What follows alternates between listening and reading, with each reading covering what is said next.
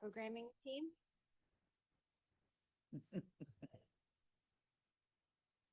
Barbara Von Bechtold with SACOG. Morning, Leo Torres with SACOG. Great. And on Zoom, oh, sorry. Good morning. Wanda Mangistu, SACRT. Great. And online, let's see, Jay Johnson. Hi, Jason Johnson at SACRT. I'll leave updates to Anthony. I think he usually has some. Thank you. All right, Glenn. Yes, I am Glenn Mandelkern. I'm in Citrus Heights and I am a transit advocate. Welcome. Sarah. Good morning, everybody. Sarah Poe, Senior Planner with SACRT. All right, Anthony. Good morning, Anthony Adams, Director of Planning for Sacramento Regional Transit. Brief update, we are undertaking our comprehensive operational analysis. We're hoping to have our short-range transit plan draft completed in August. We're also undertaking something called a transit idea exchange. So the COA is more focused and detail related as far as routes and programs that we have.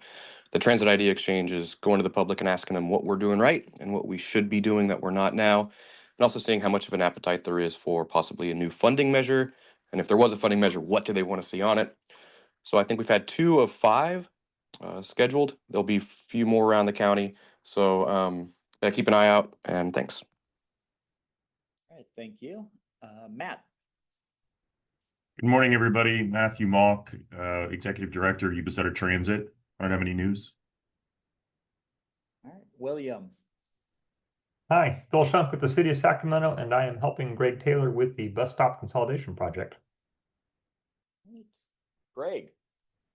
Hi, my name is Greg Bowen. I am the transit manager for the City of Auburn. Only update I really have is we have 5 new electric vans we purchased. We've got 2 of them currently, and we'll have the other 3 here by next week. So that's a good thing. Thank you. Great.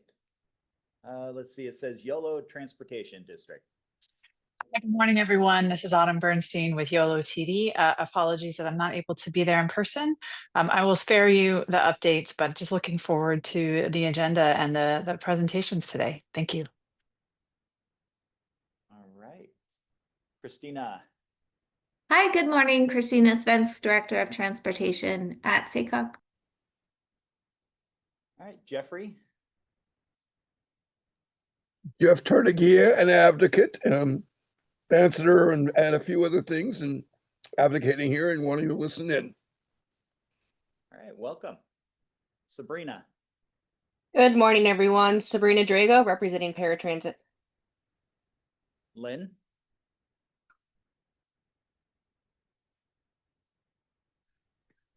Hello, can you hear me? Yes. Morning, this is Lynn Lee, Caltrans District 3 Transit Coordinator. Great. Kate. Hi, everyone. Kate Hewitt. I'm with Eldorado Transit. I'm the finance manager.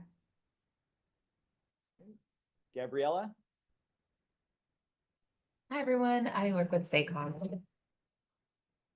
Roland. Yes, good morning. Just like Jerry, member of the public listening in. Thank you. Great. And Pa. Pania.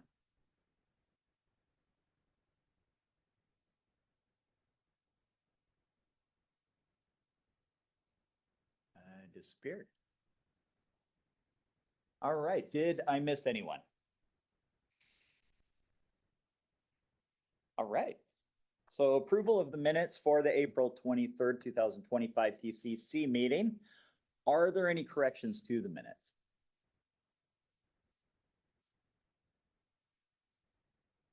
Not hearing any corrections, so the minutes stand approved as presented. So next is the downtown commuter bus stop consolidation update.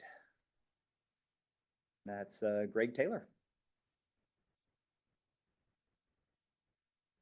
Okay. Can everybody hear me? Push the green button, that's correct? Okay. Okay, so where does the presentation come up? Can we bring up the presentation?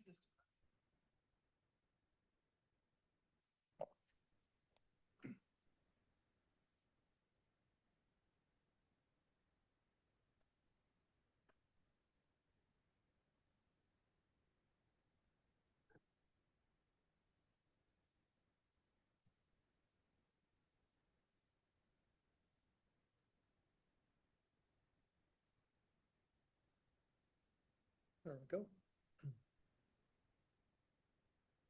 Nope. Not me.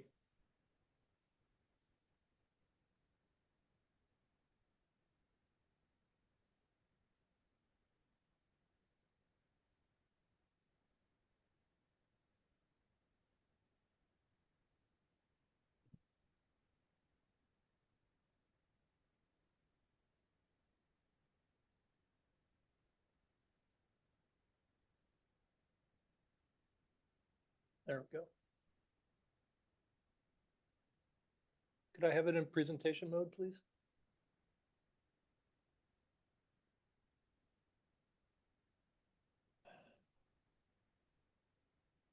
Thank you. All right, well, thank you for the opportunity to make this presentation to you all and everyone online. Again, I'm Greg Taylor, Supervising Architect for the City of Sacramento and Public Works Department, and Bill Shunk, our Principal Engineer, is along with me online to discuss an exciting project we've been working on for several years that actually started with SACOG way back, and we're carrying forward the implementation. We in the 2020 TIRCP round, Transit and Intercity Rail Capital Program, that CalSTA administers on a biannual basis. This is our first round in 2020 that we submitted for a study, and it was very much encouraged by CalSTA at that time to really look to organize all the regional buses into a coherent pattern that brought them eventually into the connection into Sacramento Valley Station as a hub and spoke type network that the 2018 State Rail Plan was looking for, that's carried on to try and branch out and improve those connections into our rail center. So we did, SACOG under Chris Dougherty at the time led that study, worked with members of this committee at the time to come up with the routing and the study. It's been quite a long time. The last time I presented here was May 17th, 2023 with that update, excuse me. And just getting underway with the actual engineering that we're in now, coming to you for an update. But I also want to take the opportunity to just give you a little global perspective, just not on the project itself, but the components that it ties into, so you have a broader understanding of what we're trying to accomplish overall. Let's see if I can. Okay, so what am I doing wrong? There we go. Okay, push hard. Okay, all right. So this slide shows kind of the before state on the upper left. And again, this study was completed in 2021. So right on the cusp of the pandemic, as we've all come to wrestle with. And the study looked to overlay the employment density centers that you see in the center slide. And then knowing that a lot of stops were kind of door-to-door service in a way, knowing that to try and regularize this and to try and manage the stops, we had at the time, I think there were 34 stops in that left slide, kind of haphazardly placed around to try and find a pattern that worked well and kind of reduce the number of stops, because this will be ultimately a managed service. So to try and streamline that.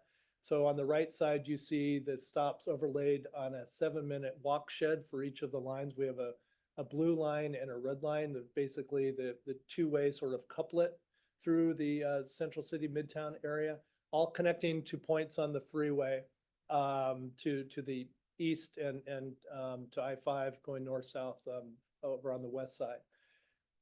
I'll get into the structures that we're talking about for the details, but that's kind of the overall routing that was the culmination of the study. And again, this is meant to tie in with a new bus station at Sacramento Valley Station that we're pursuing.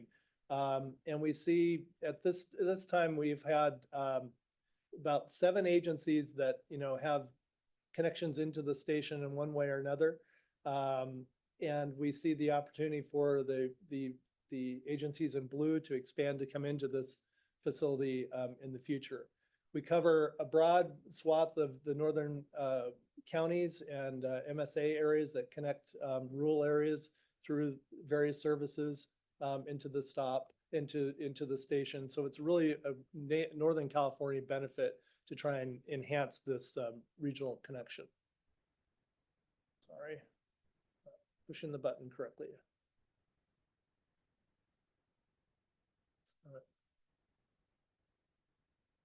I'm not sure what I'm doing.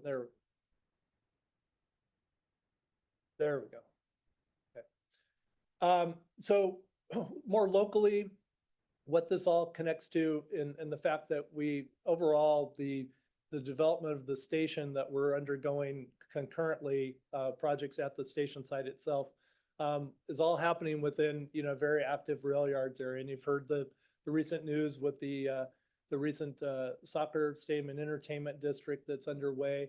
The brown kind of rectangle there in the center is the component that the rail yards is undertaking that will start construction in August. And I'll show you a slide that provides a new entrance into the station from there. And Kaiser is underway in that large purple long rectangle. Housing has been, two of the three have been completed in the red, the yellow, and other projects that I'll touch on here quickly. But the one I want to just point to is that circled strip there, 5th Street, that connects up into the River District. That we received funding in the 2022 round for engineering and construction. Engineering's been completed. Construction will start in July for a missing segment of 5th Street that will open up service eventually straight through to 5th Street in the River District Master Plan, connecting to Richards Boulevard, and then out, of course, to the freeway. In the interim, it will connect via Sequoia Pacific along the edge of the Greyhound site there at the corner of Sequoia Pacific and Richards. But that, I think, will be a critical link for improving that connectivity through the central core of the rail yards. Oops, now I went too many. Okay, so we will also be in this plan connecting to the Valley Rail system with stops close to that station on Q Street. And so that's still, a couple years out, but that will be set up. I think that our timing hopefully will coincide pretty quickly with that. And then as far as the structures themselves, I wanted to touch on, we went in with the grant. This is something that's been working on for quite a few years. The Transbay Terminal in San Francisco had what was known as the temporary Transbay, a whole block site that all the buses were routed into. And these canopies were designed actually to be reused. And when I was working on the master plan area plan for the Sacramento Valley Station, I'd go down for meetings with my consultants down there. And so what are, temporary Transbay, what's going to happen to these? Well, they're meant to be reused. And I thought, well, we might be able to use them. So ownership now is transferred to the city of Sacramento, and this site is actively being used as a recreation center.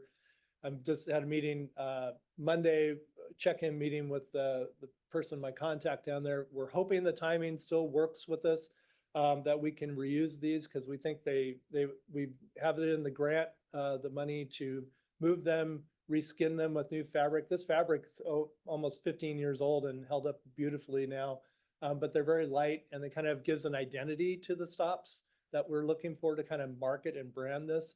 But if this doesn't come to fruition, we've looked at signage for this as well and our wayfinding, and that's what part of my pitch here at the end is to reach out to folks here to be involved in our TAC committee. I have some of you on the TAC to talk about these amenities and pieces. But if it doesn't come through, we are going to look at other designs. This is just something we pulled off the web for a recent bus stop in Minneapolis that's very simple shed, but it's not an off-the-shelf piece. It's the stops we're looking at, they have a coverage of about 40 feet. And that's what we want to maintain for everything, for the access that we're looking for. But we'll be progressing through with make a decision on whether we're going to be able to go forward with the reuse or go with the new. So with that, I just want to also touch on the ultimate piece here at the Bus Mobility Hub.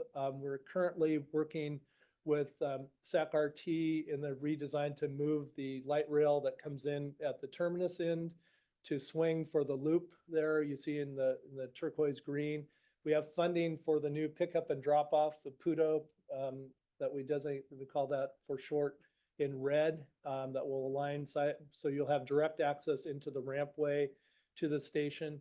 And we're having our first meeting with FTA in the July 17th to kick off our NEPA on the Regional Bus Mobility Center itself, so Bus Mobility Hub. So you can kind of see the split view. It's a 2-level structure, slightly above grade for the 18-bay bus circulator that will connect through F Street and down through 3rd, which I'll show you in a moment, and then a lower level for EV parking, about 116 spaces, but primarily for drop off for vans and micro transit, the lower level that will get people in to access elevators and get directly to the rail system or up to the busway. That's all from our Sacramento Valley area plan that we did. So coupled with this, we have, darn it, just gave away the big show there. We have the West Side Access project that we've completed our preliminary design and certified by Caltrans, and we're looking to move forward into engineering on this. It couples with the upstream bridge project, the I Street Bridge, that allows some of the ramp infrastructure to be taken down. So we can see right now the site, we're very constrained by the northbound ramp, but by taking out the redundant infrastructure that for the access to the old I Street Bridge in the very upper, for those online, on the very upper left-hand corner, the I Street Bridge has the double level rail and auto above. That will become a pedestrian bike only facility with the ramps being taken down, and we're able to relocate the northbound ramp, shift it to the west, get a full intersection at 3rd Street, and tie into the Regional Bus Mobility Center. So you can see the bus flow here. So buses will have access to the freeway on this side, north-south, in and out, omnidirectional. And if this will work, how do I just push it again for a video? Okay. We've got a little video here to walk you through. It looks like it is. Yeah. Yay. So this is a quick video that we did coming up 3rd Street here, crossing I Street. And then this is onto the site. These are on-site streets for the Sacramento Valley Station. Coming up the ramp. Just to give you an idea of what the connections that we have into the, this isn't, designed as it finally is designed. It was primarily to show the bus routing. And then along I Street, we've been able to narrow the roadway to improve our pedestrian bike access cross street. We've got the cycle track continues on the right side. We've got a 2-way cycle track routing into the site there on the right. And we have potentials for better connections through Chinatown, was known as Chinatown, between I and J Street, that we're going to be pursuing. But here for the vehicles going up, you can see we still have access to the southbound ramp as it goes onto I-5 South, and then we're going up the ramp, the new ramp for I-5 North. And it just carries up, so I'll skip that part. And so just to conclude, we're right now in preliminary design. We're working at to a target point of 15% design and update our cost studies and get all of our preliminaries for our 17 stops that we have. That'll carry us, that piece we're in right now, and take us through to December. We just did our outreach with stakeholder groups and Downtown Sacramento Partnership and the Midtown Business Association as well, gathering input through December, and then we'll get into detailed design in 2026. So for that, I'm hoping that you and the agencies would like to be more engaged. Like I say, we have our technical advisory committee. The one piece that we're working through is actually the management of the piece that didn't get taken care of earlier like we had hoped. So we're still developing how we're going to manage for maintenance and cleaning, security, so on like that. So we're looking right now, we need our user input for that is you, so that we're not just designing in the dark. So we have 5 members, and I had the list up here earlier, but I think I lost it, that representation.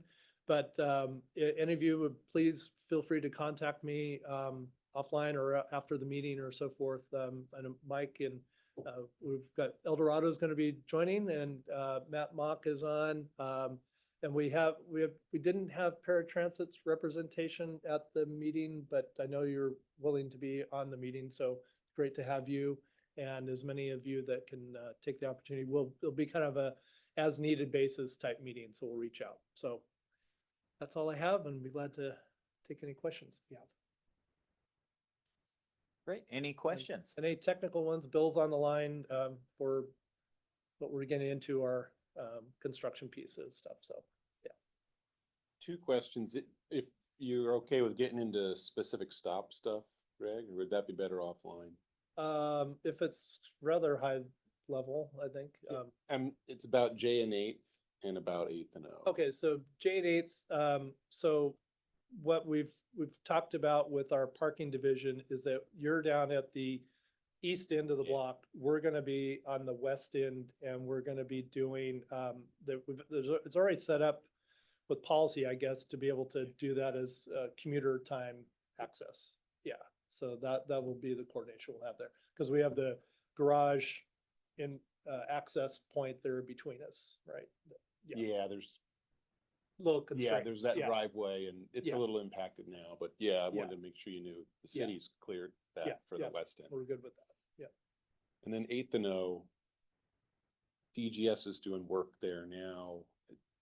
Yeah, Candidly, we're maybe a little displeased with the amount of space that's gonna be left for bus stops there. okay, I think, Bill, that you're online, that's the one we're having the problem with too, I think, right? With the getting the survey, do the construction, Correct. yeah. Yeah. Yeah. that- Maybe a that bit we're of a gonna have to work commiseration around. Yeah, situation. yeah, Okay. yeah, thank you.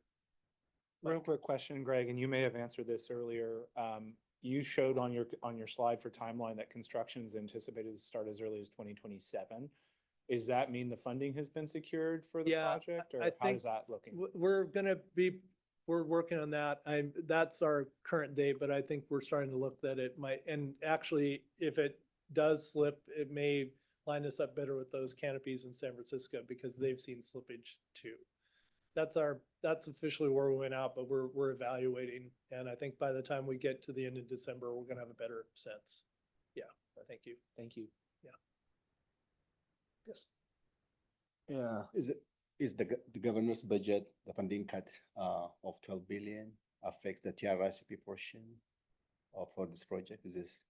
This was all funded from TRICP. TIRCP, yes. Okay, is it, I know one of the governor's budget really proposed cut in cycle 5, 6, and 7 in prior TRICP funding. Is that gonna affect your project? I'm not sure I'm understanding the question. The- For the timing, for, Yeah, the timing, yeah, for construction. well, the programming, we're definitely gonna have to do an extension. Yeah, So one of the things we're struggling with is the governor's budget proposal proposes cutting all the prior TRICP funding all the way through 2029. well, that's news to me. And, cycle 5, 6, all programmed into the future, all the way through 2029 from cap and trade or cap and invest this time. Is it, just wondering. So if maybe I that's can gonna follow up affect with you on that to get more detail on that. Okay, thanks.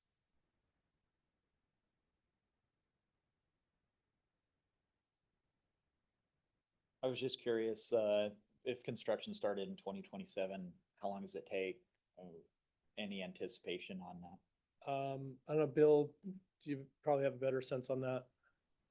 Yeah, still trying to work out the details what the construction looks like. I think the original plan was to kind of make use of the existing curb and gutter and do a lot with paint. And I know our DOU folks have had a little bit of issue with that. And so to answer that question, we really got to get through this 15% design to know exactly what we're designing for the bus stops so that we can plan accordingly for how long it takes to construct. Okay. Great. Any other questions?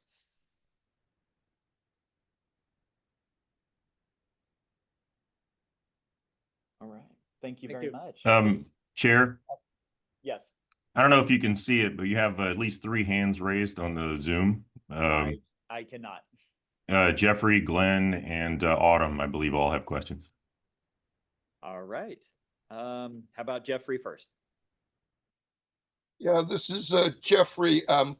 Seeing in the afternoon the load on the I-5 going north, what's going to be the capacity on the on-ramp for getting out of the station to going on to I-5 North. I haven't observed it on the south being a major issue, but I do see hours of where getting aboard there of just how many cars can get. I don't see the necessarily the length on the your new platform to get you aboard. Is that understood? Yeah, Bill, on the PSR, that was studied in our ramp times. on Correct. The West Side project. And it was analyzed. We actually found a slight benefit to traffic, as counterintuitive as that is, because right now with the way the lanes are configured, as you go from like 4 lanes in 4 different directions, and there's a lot of merging and weaving that's problematic. We're keeping the same capacity, but making it more streamlined where lanes go straight and one goes downtown, one goes north. And the traffic model actually found that helps a bit, but it has been looked at with that study. So what's the numbers right now that you're estimating hourly traffic at 4 o'clock?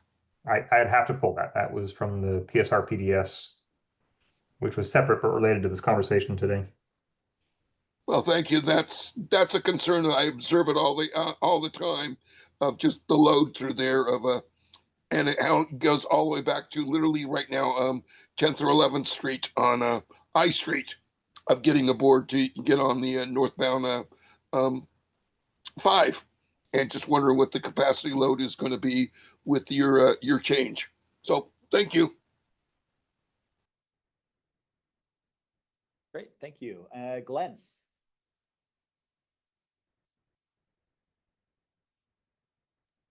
Okay, can you hear me? Yes. Okay, very good.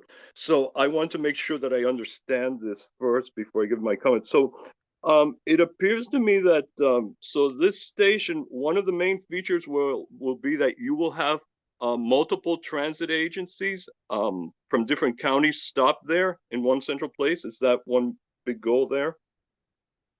At the Sacramento Valley Station itself, is that what you're referring to? Yes. Yes.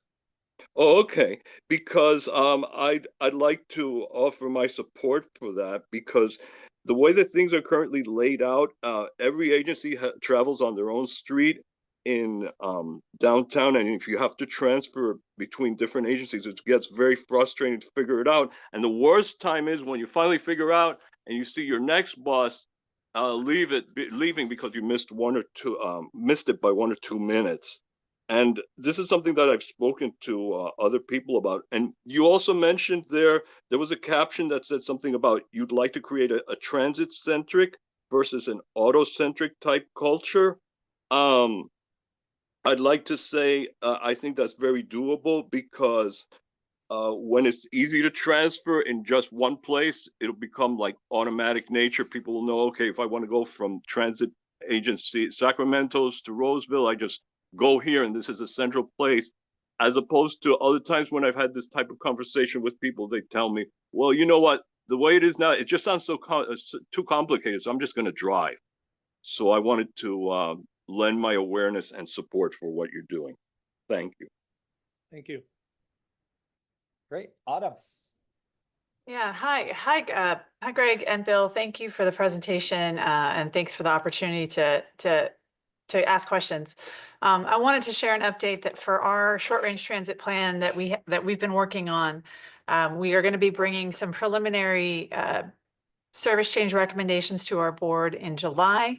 As part of that, we are looking at rerouting our routes that go through downtown, in part to address some of the issues we've talked about in the past, Greg, with regard to the road closures and whatnot around Golden One Center and Tower Bridge, Capitol Ave, all the things that go on there.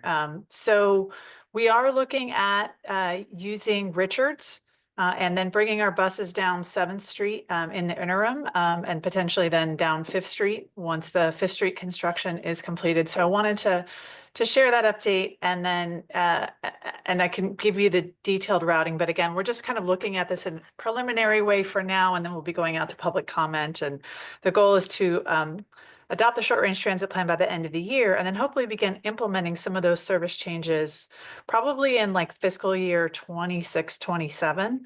The downtown routing is a major issue for us right now, particularly for our Route 42AB, which is our backbone service. And because of particularly in the summer months, the frequency of events in downtown and the necessity of detours, it is really kind of wreaking havoc with our schedule right now and our on-time performance. And so I guess my two questions for you are, given the timing that you're looking at in terms of the construction of the consolidated stops, are you comfortable with us starting to run buses down 7th Street even before the, all the kind of the new consolidated stops are completed? And then my second question is, do we have anyone from YOLO TD now that's sitting on your TAC? And because if not, we'll make sure that happens.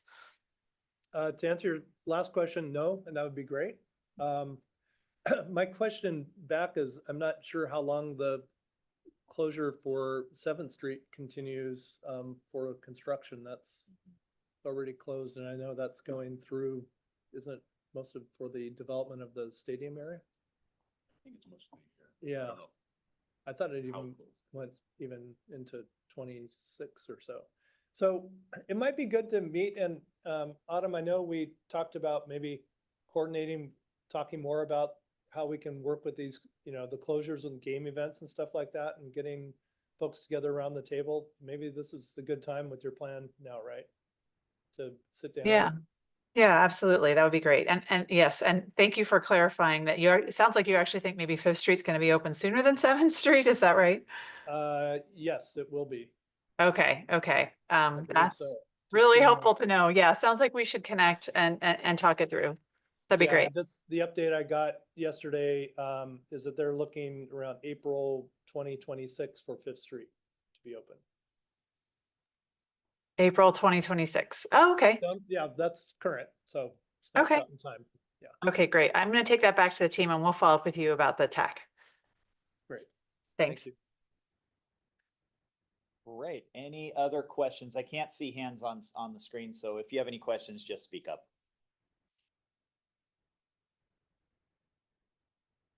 Public comment? Yes. Dan Allison.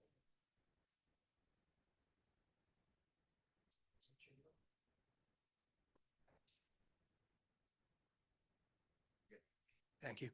Dan Allison with Sacramento Transit Advocates and Riders Star, one of the local transit advocacy organizations. Some concerns we have. One is the whole concept of the loop is dependent upon the idea that there was going to be a lot of ridership to the north, but it's unlikely that there will be light rail to the north.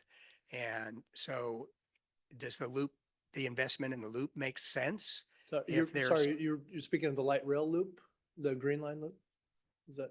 Yes. Okay, yeah. If there is not significant ridership to the north, does it make sense to invest in the loop? All the changes that requires. I'm not sure that it does or doesn't, but if it turns out to be BRT instead of light rail, does the loop make sense? We have concerns about the bus area, the bus hubs. Though it's certainly larger than earlier plans, it looks small. There are going to be crush times when there won't be the capacity there to handle all of the buses. It needs to be bigger if it's going to be that concept. I have a lot of experience with Transbay and Pat Souris in Southern California, and a lot of buses don't use those things because it doesn't work for them. They looked at it and they said, nope, not going to happen. We can't use that. It does not work for us.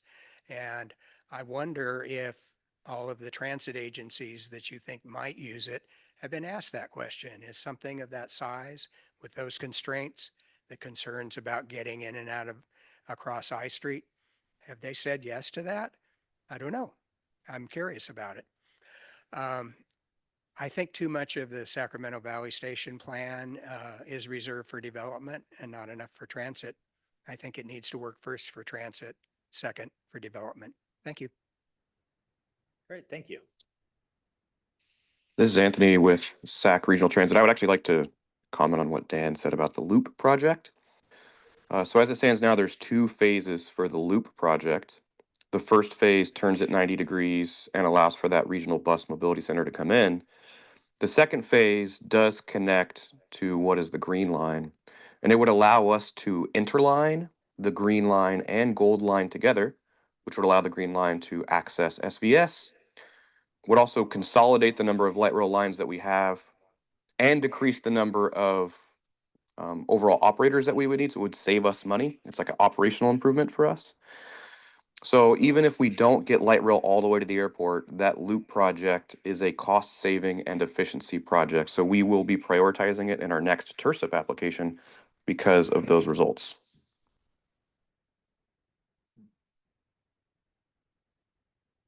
Yeah, if I can speak on the bus center itself, yes, we did work with agencies and true, it doesn't work for all agencies, including Mr. Drake doesn't work for your loop necessarily. We're providing 5th Street access and G Street there in the future because of increase your routing time, at least for the current routes now, but that could change.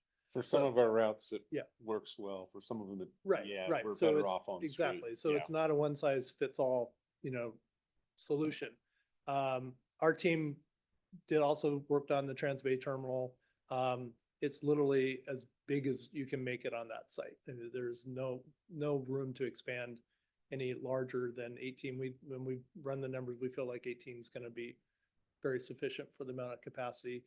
The train station itself will right now is a layover station, so that constrains capacity as things get more and more intense. So we've been making, that well known that the Sacramento LA station needs to evolve into a through station because we have only 4 platforms, but a through station can keep us the volume. So we think we're well balanced in what we have in the planning thus far. So, but feel free to engage with us more, and we're continuing to evolve. But we're going to be getting into the environmental work on this starting in July again, moving forward.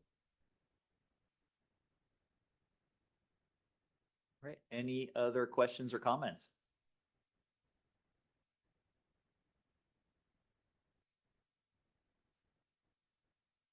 All right, thank you very much. Thank you for the opportunity and the great discussion. Thank you. All right, next is the blueprint update. I think that's me. I'll actually just get started, and I hope I'll catch up with the slides and do 2 things at once. Again, I'm Lisa Lind. Thank you for your time today. So we wanted to come and talk to this group and those listening in about the blueprint. We're really happy to be working with the transportation team at SACOG and our partners on the plan update. And so this is the blueprint, 2025 blueprint, the Metropolitan Transportation Plan and the Sustainable Community Strategy.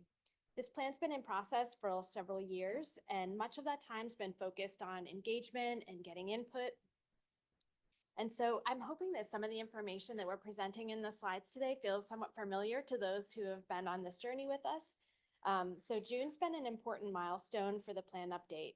We released the draft plan along with the draft environmental impact report for a 2-month public review period.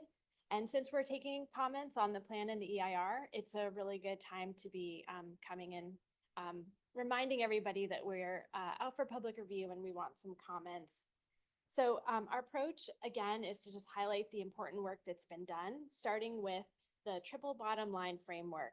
So the plan is rooted in this framework that was adopted by our board early in the process to advance co-equal goals for an equitable, economically prosperous and environmentally focused region. Again, we've spent a bit of time really making sure that our outreach and engagement reaches residents, community members, local leaders, and our transportation and transit partners. And so much of that was, with groups like this, getting input on the types of projects and needs we needed the plan to reflect. So on this slide, we've summarized the themes that we've heard. And we just want to acknowledge that we've heard some really important feedback about the need for housing options, housing affordability.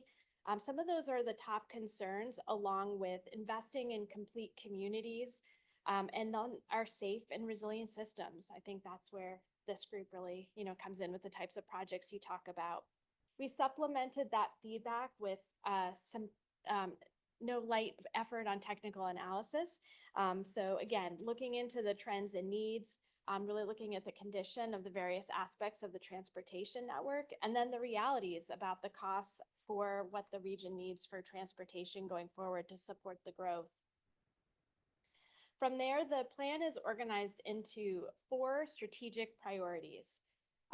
To build vibrant places means to have areas with diverse housing options, better access to jobs, and making the connections. It means reduced driving time for our residents. We want to foster the next generation of mobility solutions. We do this by supporting programs that reduce congestion, supporting shared mobility that helps the region meet its greenhouse gas targets. And then the strategy to modernize the way we pay for transportation is not a new idea. It's carried forward from previous plan. And the 2025 blueprint reflects the progress that's been made to look at options to implement tolling and the shift the state is looking to move to a mileage-based system. Again, just what are our options and how are we going to finance the transportation system? And then finally, a safe and resilient infrastructure for everyone. I think this really echoes what we heard in the outreach as well. So the next few slides provide some examples of how the plan includes a suite of policies that support these priorities. So we wanted to point out for those who are going to open the plan and wanted just a little introduction to it, that the policies are written with words like encourage and prioritize. And we want to highlight just some examples from each of those 4 strategies. And when you read the plan, know that we're asking you, looking for feedback. Tell us what's important to you about these priorities. How can we support your agencies and your constituents in implementing these important policies for the region? So for the first example, we've highlighted Green Means Go. This is one of SACOG's programs to support infill and reduce some of the barriers to providing affordable housing in the mixed-use development, the types of compact development that have been proven to reduce the vehicle miles traveled in our region. For the next strategy in this example policy, we wanted to highlight the shared mobility in all areas of the region. So whether it's bike share or e-scooters in downtown or programs like the B-Line for better connections from outlying areas. Again, we're hoping that this suite of policies really reflects that we need several different options and solutions for different areas. And again, with CARTA, it's now established as a tolling authority. The policies have evolved to implement this regional toll lane network that we've been identifying and working on through all these partnerships. And for our last priority, building and maintaining a safe, equitable, and resilient transportation system, we want a system that's safe for all users. So the policies that are associated with include fixing existing systems and also supporting those infrastructure projects that provide access and even connections, for example, to the regional trail network. So we wanted to finish up this brief presentation just with a reminder that the 2025 blueprint is out for public review. And this shows the sort of organization of the plan. What we've tried to mostly highlight is how these strategies sort of are developed and talked about in chapters 3, 4, and 5. And then with special attention to chapter 6. This is the suite of policies and implementing actions. These implementing actions are to us just as important. They're a really good communication tool about how are we going to reference this plan, what are we going to use, and how are we going to really see these policies come to life. I think this is really the place where we're looking for feedback to make sure that we're able to coordinate on funding options and priorities through the life of the plan. Just to end, again, this is the link for anybody who needs it to review the draft plan. This will also take you to our draft EIR. We have a comment form online. And then for those who are interested in learning more, please first, just reach out. We're happy to meet and talk. We also have a couple of important public engagement opportunities. So the first is today at noon. We're going to hold a virtual workshop on Zoom to talk more about the plan. We're also going to have an in-person open house tonight at SACOG at 6 o'clock. Everyone is invited. And if those times don't work, we're going to repeat the virtual workshop next Tuesday evening. And then we have several public hearings for those that are looking to, submit your public comments and that sort of thing. Again, hopefully we're making it easy to give us the feedback that we think will make this, a plan for the whole region, a plan that works for your agencies. And that concludes, but with time, if there's time, I can probably take some questions. Yeah, if there are any. Great. Any questions? Again, I can't see hands on Zoom, so if you do have any questions or comments, please just speak up. Can I just add something briefly? Clint Yes. Holtz, I'm the planning and program manager here. Just to reinforce a little bit what Lisa said, as you're reviewing the policies, think also about your future grant applications, federal and state grant applications. It goes a really long way in those grant applications if you can connect to a larger regional plan that is accomplishing these things. It's one thing to say, we're making this connection and it's going to carry these many more riders or what, but if you can say we're making this connection, it's part of this larger strategy of, investing in our existing communities and things like that, and you can connect it to this big regional coordinated plan across all of our transit operators and cities and counties, it goes a really long way with the reviewers at the federal and state level as they're going through the grant applications. So if you're seeing that, hey, this policy, if we tweaked it this way, or hey, we have this really high priority, it feels consistent with the plan, we can add policies, we can tweak policies, we want to make sure this works for you. You guys deliver the service, we don't, and so these policies have to work for you because there's not much we can do with them without your help. So as you're reviewing them, just make sure they work for you as you're thinking through what your priorities are for future federal state funding. Great. Any other comments, questions? This is Jeff. I'm going to attend the noon conference. There will be reference points in there and feedback loop and for the other meetings taking place. And who's doing it? Lisa, are you doing it or somebody else? Yes, you're going to see my face on Zoom, and I will be here this evening also. So we do have a presentation planned. It will include some of the same slides you've seen today. And if there's interest, we can do breakout groups, or if it's just a few questions or clarifications, our staff, including some of our technical staff from the land use, housing, and transportation teams, are all going to be available to answer some questions.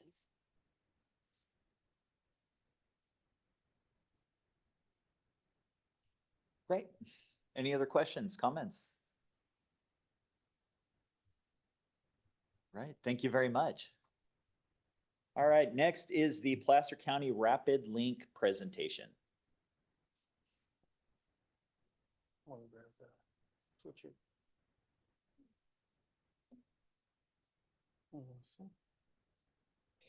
All right. Well, thanks, everybody. This is a project we've been working on for a while. So if we get our PowerPoint up there, we'll kind of keep going. Awesome. Thank you. Within our region. And so just a real quick introduction. There we go.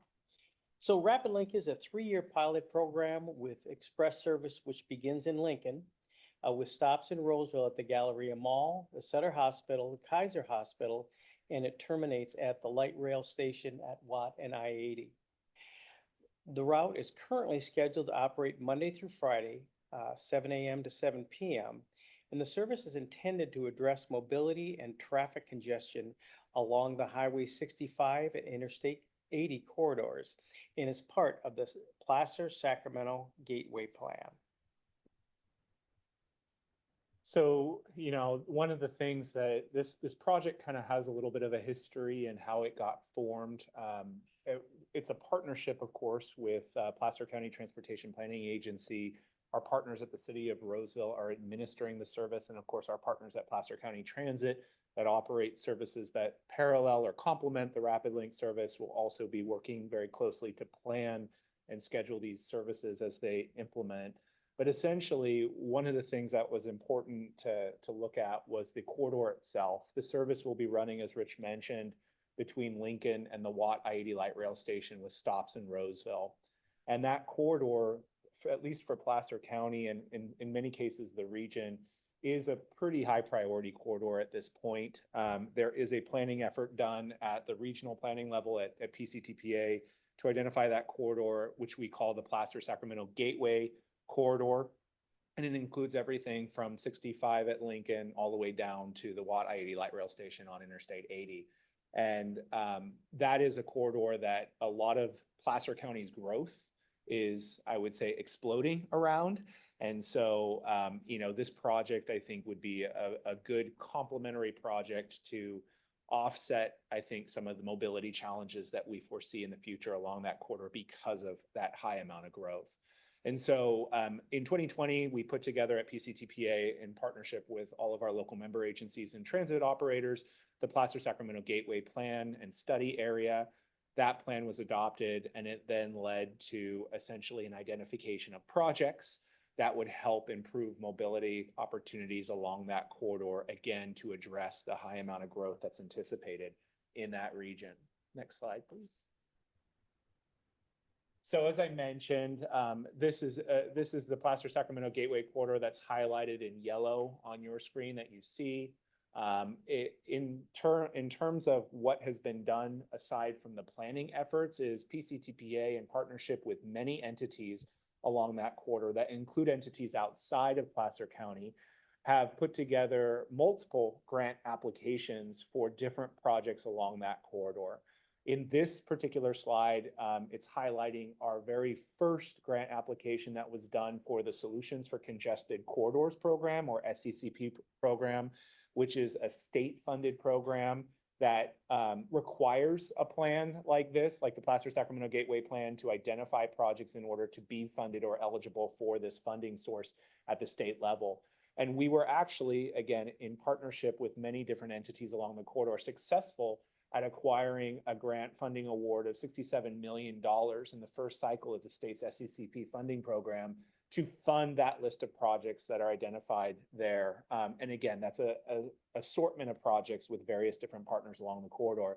And you can see actually that the first bullet is the South Placer Express Service, or Rapid Link project, that we are discussing today. So again, this is a very important corridor to the whole region, and it is something that we've been successful in partnership and coordination with many different agencies at acquiring state funding for different projects along the corridor. Next slide, please.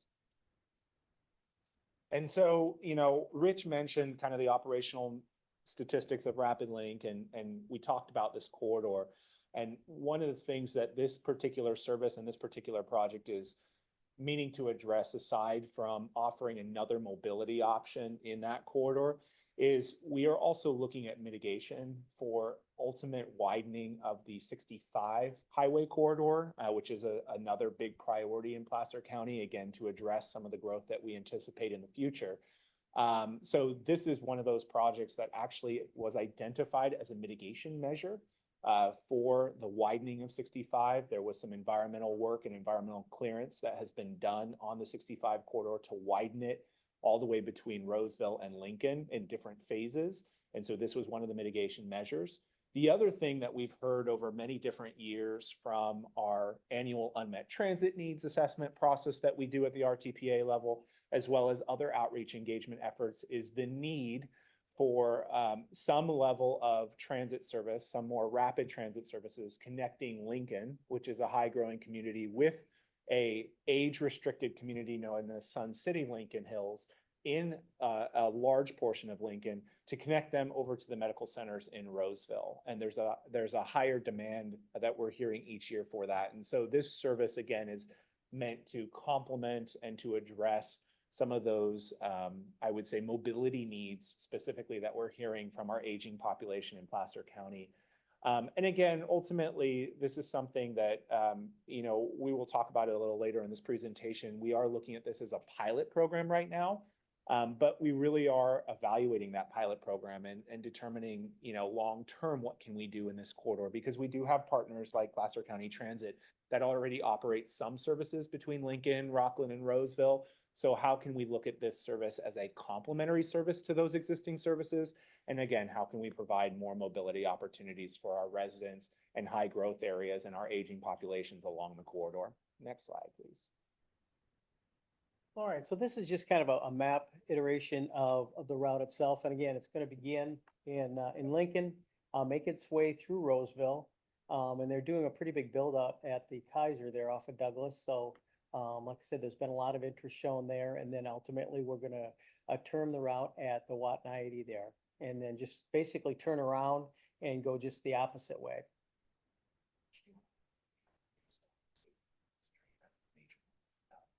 Yeah, we're gonna talk a little bit about that. Yeah, yeah. All right, so that's a picture of one of the buses being built right there, at least the shell of it. So Roseville is acquiring 5 new 40-foot electric buses to complete this service for a total cost of $5.3 million. $4.7 million is being funded by the Solutions for Congested Corridors, while the remaining balance of $600,000 is coming from LTF funds. In addition to the purchase of the EV buses, we are installing 2 pantographs or overhead charging units at the Galleria Mall.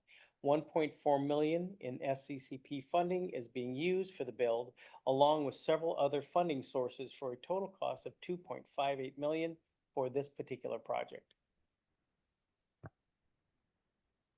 So as Rich mentioned, this is just kind of a high-level overview of the different capital and operating funding revenue sources that are going into this project. As Rich mentioned, as was earlier mentioned in the presentation, the Solutions for Congested Corridor program is a large portion of the capital revenues that were secured to fund this project, as well as some additional state funding and local funding produced through either our local air district or through our local transportation funds. For operating, we are looking right now at an operating fund revenue source so far that we've achieved of $5.1 million. We are still looking for a little more operating funds. This is a 3-year pilot that we're looking at. And so we are still looking at potentially securing some additional funds for that 3rd year, but we're pretty solid with at least our first 2 years of funding.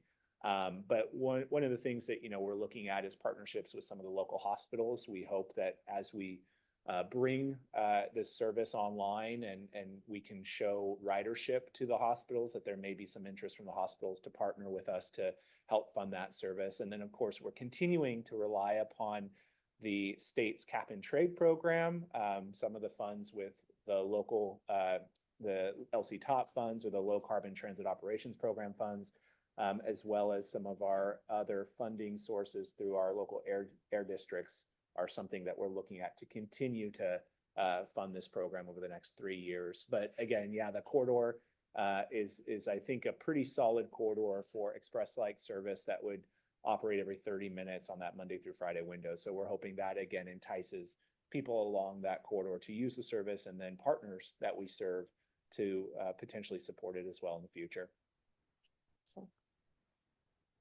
So a little bit about the implementation plan. So we're scheduled to receive the 5 buses this fall by 2025. So hopefully within the next 3 to 4 months. 2 coaches are actually now complete, with 3 more buses actually in the production stage. Phoenix Motor Cares, formerly Proterra, is the OEM for these units.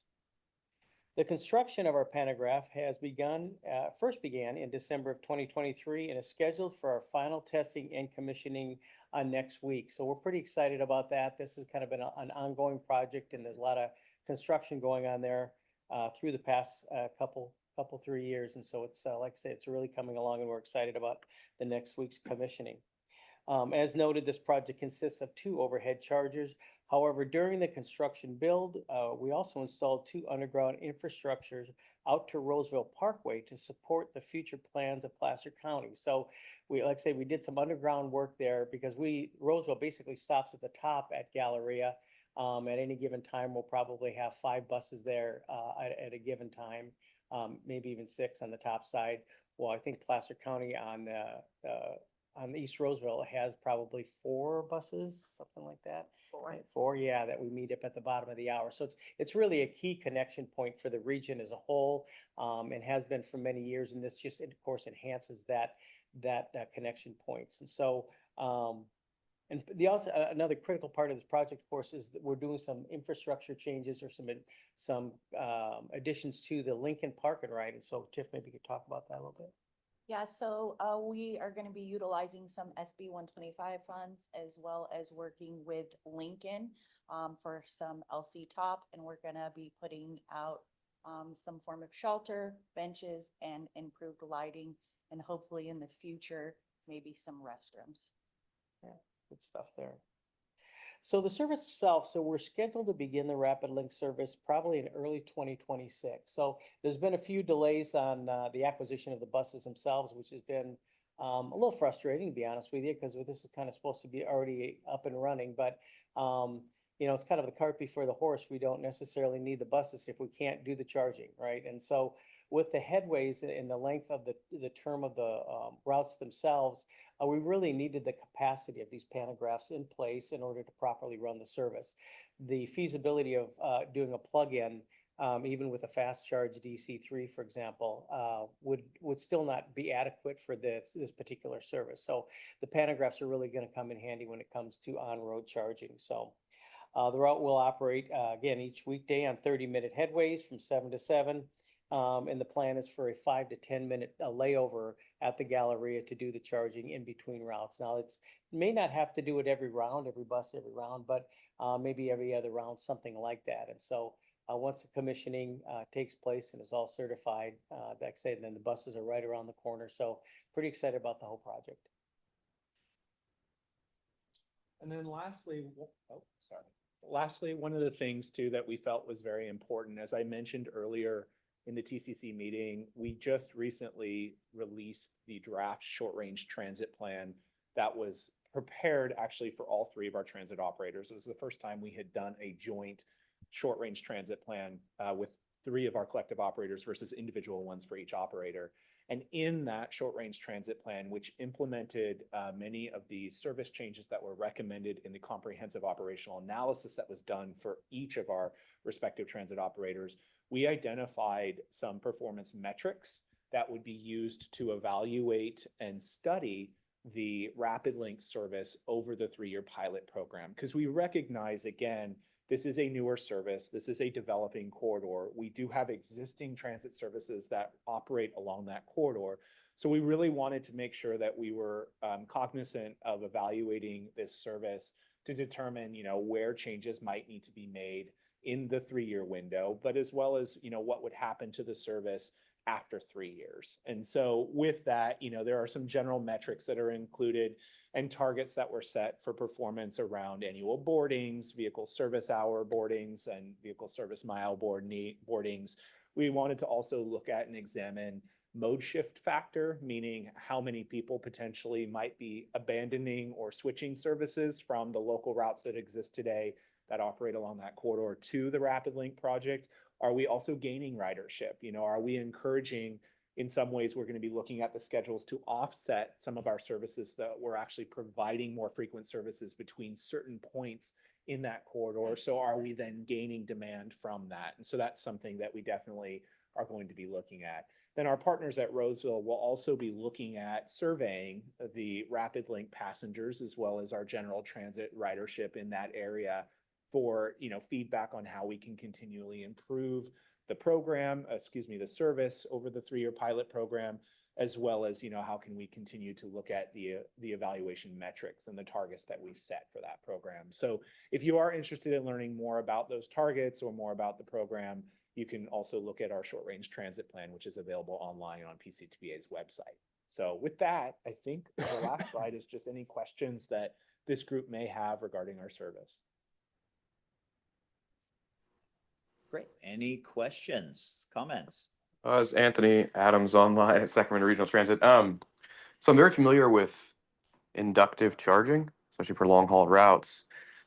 I went down the whole process as well, had a very difficult time identifying OEMs that would install inductive charging. And there's also only a few vendors that provide inductive charging, like Momentum's one of them, and I forgot the other one, the one they use in the Bay Area as well. So my question is, what was your difficulty like through this process of trying to identify like OEM vendors that did inductive charging on the bus and charging side? And also another thing we ran into was every bus that's going to do inductive charging has to have an inductive charging pad placed on it. So interoperability was an issue. If a bus went down, you couldn't just put another one in. It had to be an inductive charged electric bus, not just an electric bus. So can you talk about kind of the details as far as your procurement in that, how you solved it, why you chose Phoenix Motors, and were there even other OEMs that offered this sort of capability? Yeah, so a lot there. Well, honestly, I wasn't in this position at the time of acquisition, but I can maybe speak a little bit to it. I know that we ended up going to Salmos, which is maybe familiar to some as far as a regional contractor. And we've worked with them, the city of Roseville's worked with them for many years regarding any number of engineering type projects. And they're the ones that kind of did a lot of the legwork once we acquired them as our overall arching contractor. And AB&B was the one that we are doing a lot of our electrical infrastructure as far as the build and that type of thing. There's a lot of communication between Phoenix and ABB as well as Salmos regarding all the technological aspects of the charge itself and how that's all going to work. And so unfortunately, with the fact that we're actually doing the commissioning next week, we had to borrow a bus from Gillig in order to make that happen. As such, there's a lot of specifics relative to the RFD card, and there's a handful of things that actually had to be coordinated prior to the commissioning process being potentially being successful. So hopefully everything's gonna go well next week. And even when our buses do arrive from Proterra, we're probably going to have to go through, I don't know, it won't be a commissioning necessarily, but there'll be a lot of testing that is going to be going on. Our charge management system is going to be through another third party, and a component of that is going to be with our telematics, which will enable us to go ahead and find out how the buses are driving, the level of charge that's being produced and being generated. And so there's a lot of different factors yet that need to take place as the rollout takes place. And that's why even if we do get the buses in the next 3 months, we're not going to be able to probably do the full rollout of the service up until the beginning of the year. So as far as Proterra is concerned, again, at the time, I think there were several options. Obviously, as those of us that are in this room understand, there's not a lot of options we have.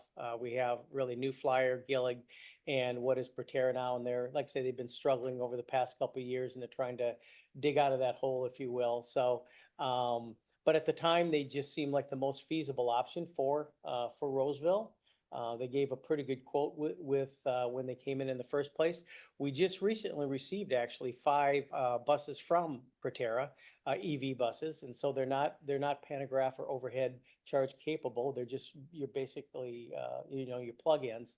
But 3 out of those 5 are doing great. Once we kind of work through all the bugs of a PDI, which y'all are familiar with. And the other 2, like I said, we're just kind of dotting the I's and crossing the T's with those last 2, and hopefully be in service here within the next month. But they're actually going really well. So that's an exciting venture there. So I know, like I said, there's probably a lot of things behind the scenes, and I wish I can give you more, maybe a comprehensive answer than that. But at the end of the day, like I said, unfortunately, I wasn't there, but that much I do know, which I just articulated. Hopefully, I answered at least a few of those questions. Yeah, I appreciate it. Thank you. Yep.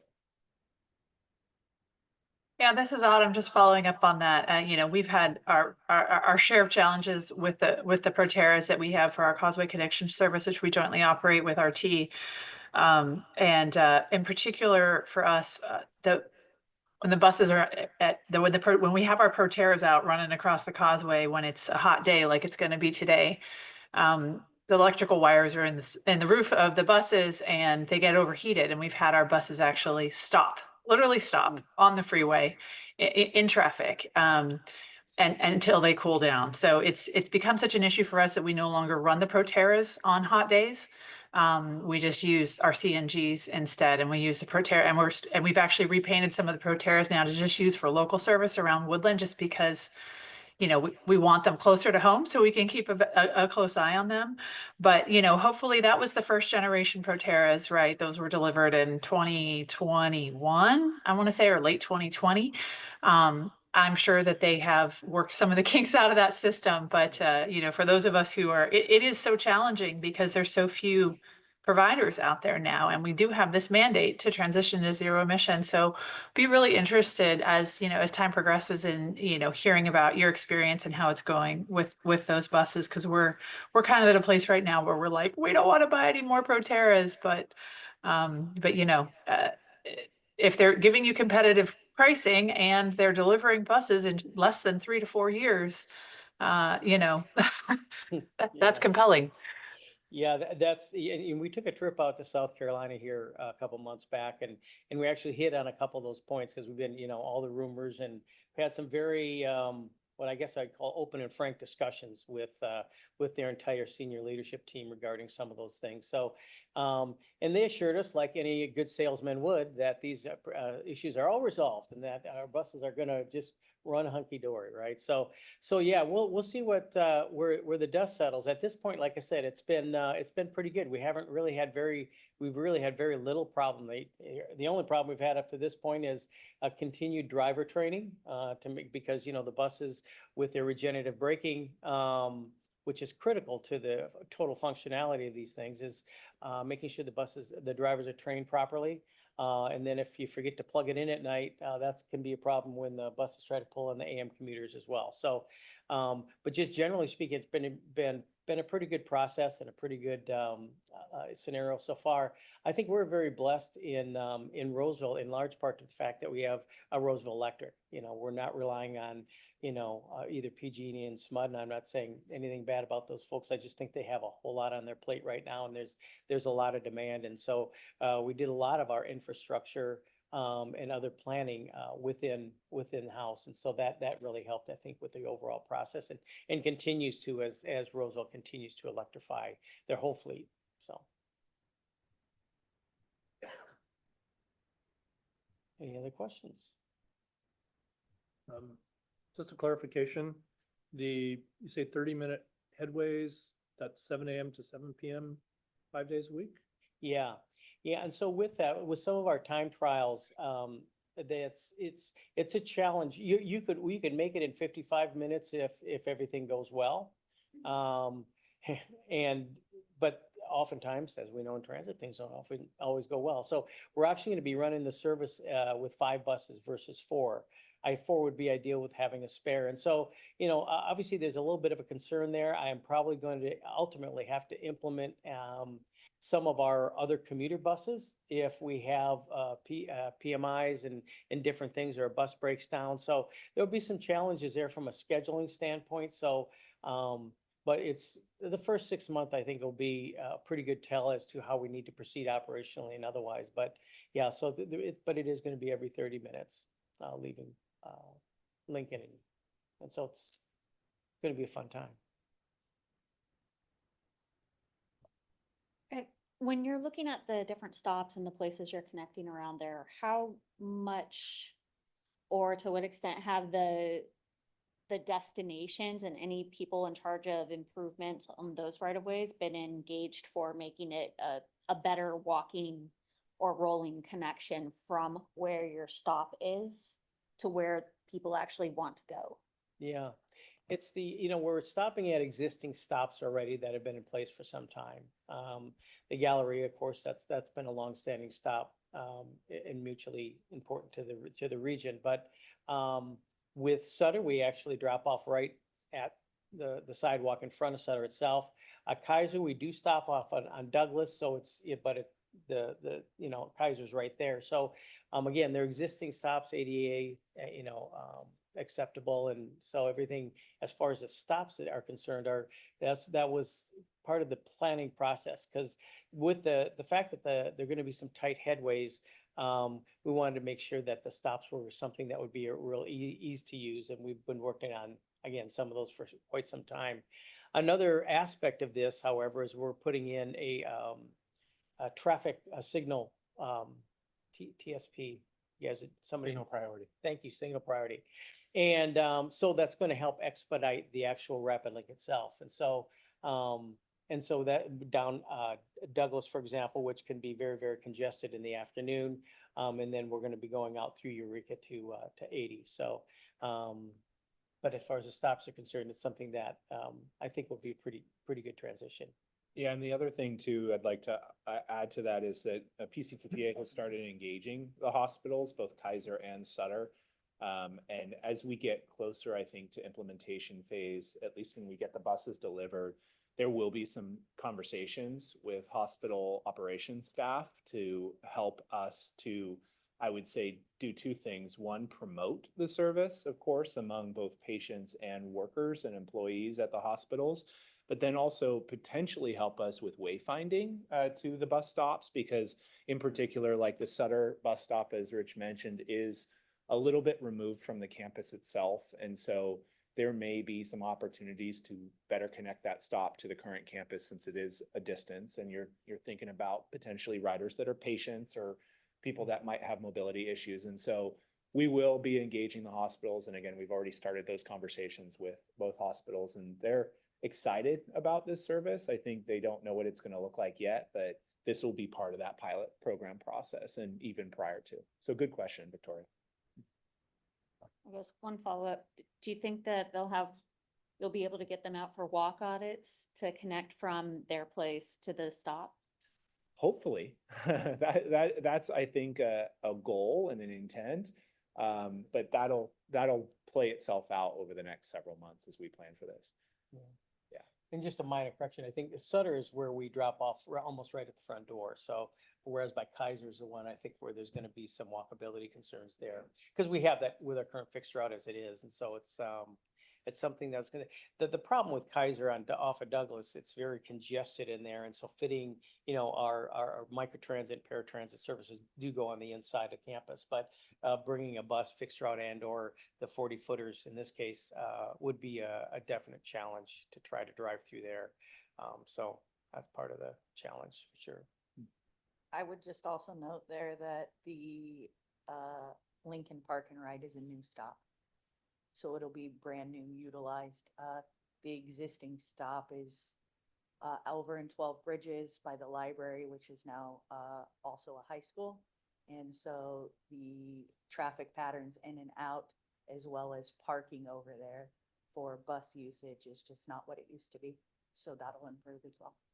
Yeah, and just to highlight that too, that the existing park and ride lot that we are now using as the northern terminus is really an underutilized park and ride facility. In fact, it was at one point kind of confusion of who owned it, whether it was Caltrans, they didn't claim it, City of Lincoln didn't claim it, so we had to figure that out.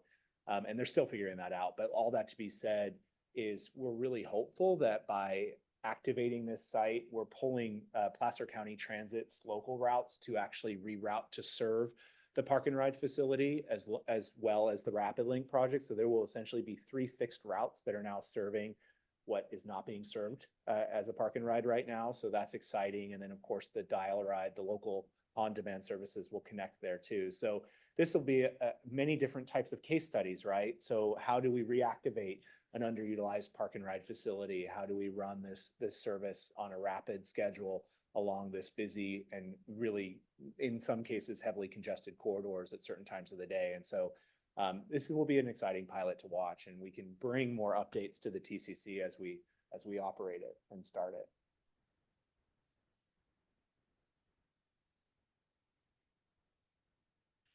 Dan Allison, Sacramento Transit Advocates and Riders. We think it's a great project. It's exciting.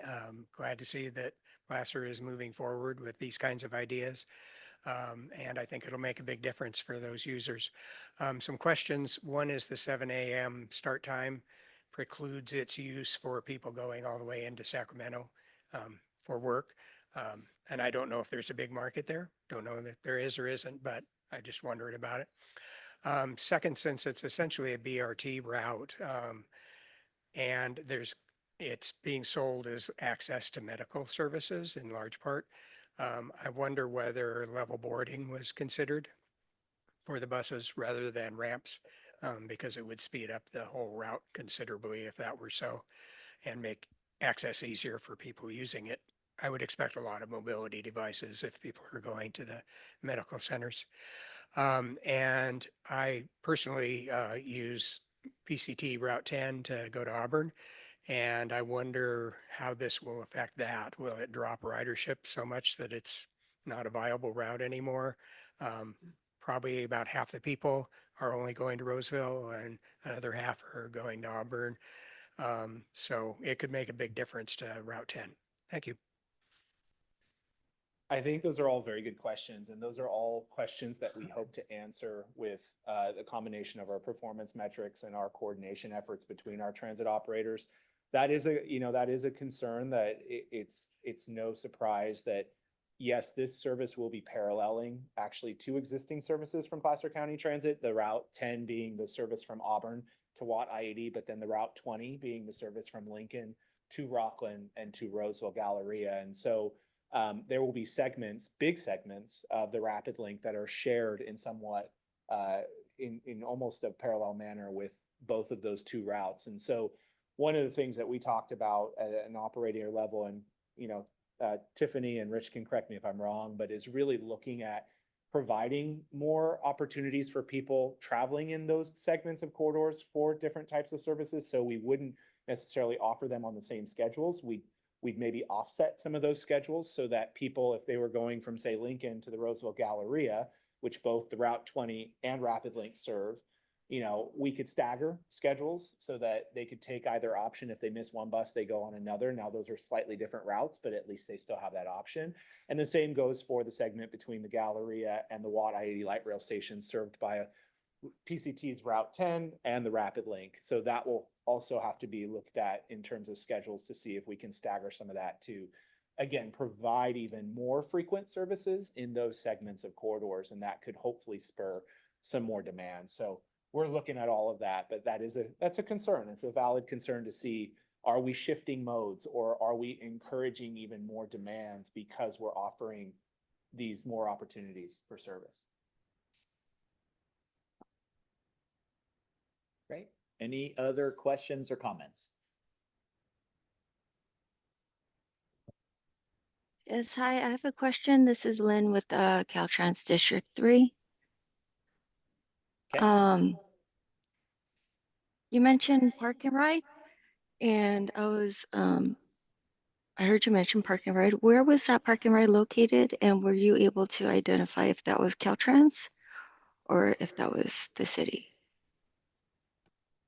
So the park and ride in question in Lincoln is actually located on Lincoln Boulevard / Industrial Avenue, and it's on the southbound directional ramp from Lincoln Boulevard / Industrial Avenue onto Highway 65. So it's right there, kind of, you can't really see it on this map, but I would say it's right at the line between Lincoln and Rockland, maybe a little bit north of that line, is where the park and ride facility is. And as we've identified it currently, the lot is split between the state of California and the city of Lincoln. And so the frontage that we are using, that we propose to use to pull the buses in and out of, as well as to improve with passenger amenities, that is the frontage that's owned by the city of Lincoln along Lincoln Boulevard. And then the back end of the park and ride facility, so the parking spaces, those are areas that are owned by Caltrans in the state of California. Okay, thank you so much. Were you able to speak with anyone at Caltrans regarding the back end? I believe currently the city of Lincoln is having some of those discussions, but that is something we're still trying to figure out. I think what happened was, and this might be getting too much in the weeds, but when Highway 65 bypass was done around the city of Lincoln, that park and ride facility was installed as part of the highway improvements. And when that installation occurred, there was supposed to be, I believe, a transfer of ownership from state of California over to the city of Lincoln, as is done with many new interchange projects.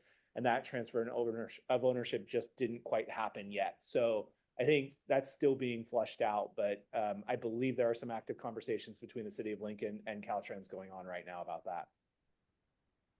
Okay, sounds good. Feel free to let me know if there's anyone else that you might want to reach out to, and I can you can give me a call, reach out to me, and I could put you in contact with the correct people. Thank you. Definitely, Lynn. Thank you so much. Will do. Great. Any other questions or comments?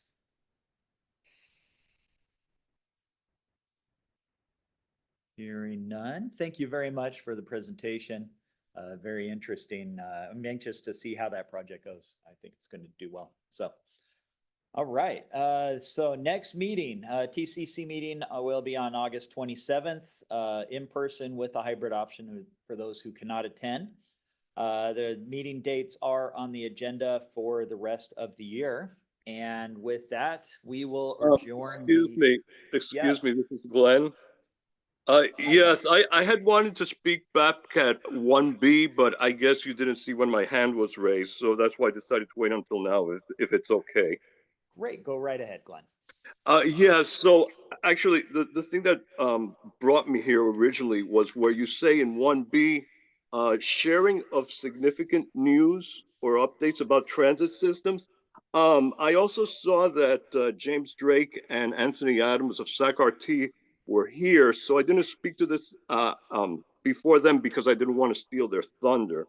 However, Anthony did speak about the transit ideas exchanges, and I did find one very significant portion about them because it really conveys a lot of points to the general public and any other attendees there about the reality of operating under the constraints of a transit budget.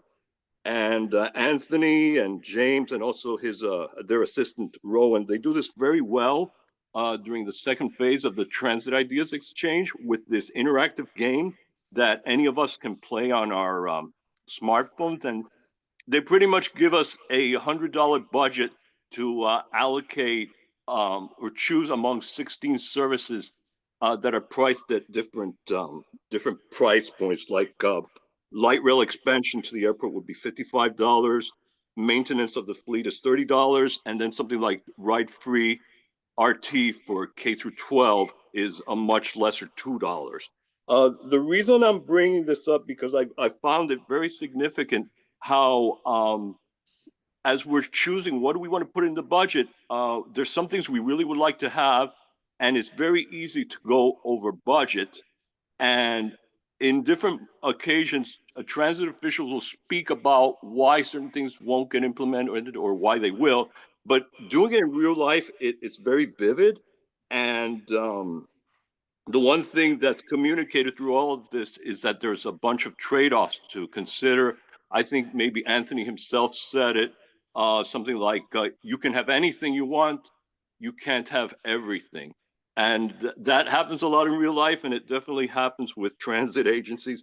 So I wanted to encourage more use of this type of game. And if any of you can experiment with it, you know, I would say go to one of the Transit Ideas exchanges. All right, thank you. Great. Thank you, Glenn. Yeah, Glenn, I think you described it really well. This is James. So thanks for those nice comments. I will share with our group too. We're working on kind of an online version of that same funding game, which we've been doing at our in-person meetings, and which has gotten an energetic and I think a good educational conversation going. But yeah, we're working on an online version you can do anytime. You can play from home. Once we get that up, we'll send it your way. Thanks. And with that, we will adjourn the meeting. Thank you very much.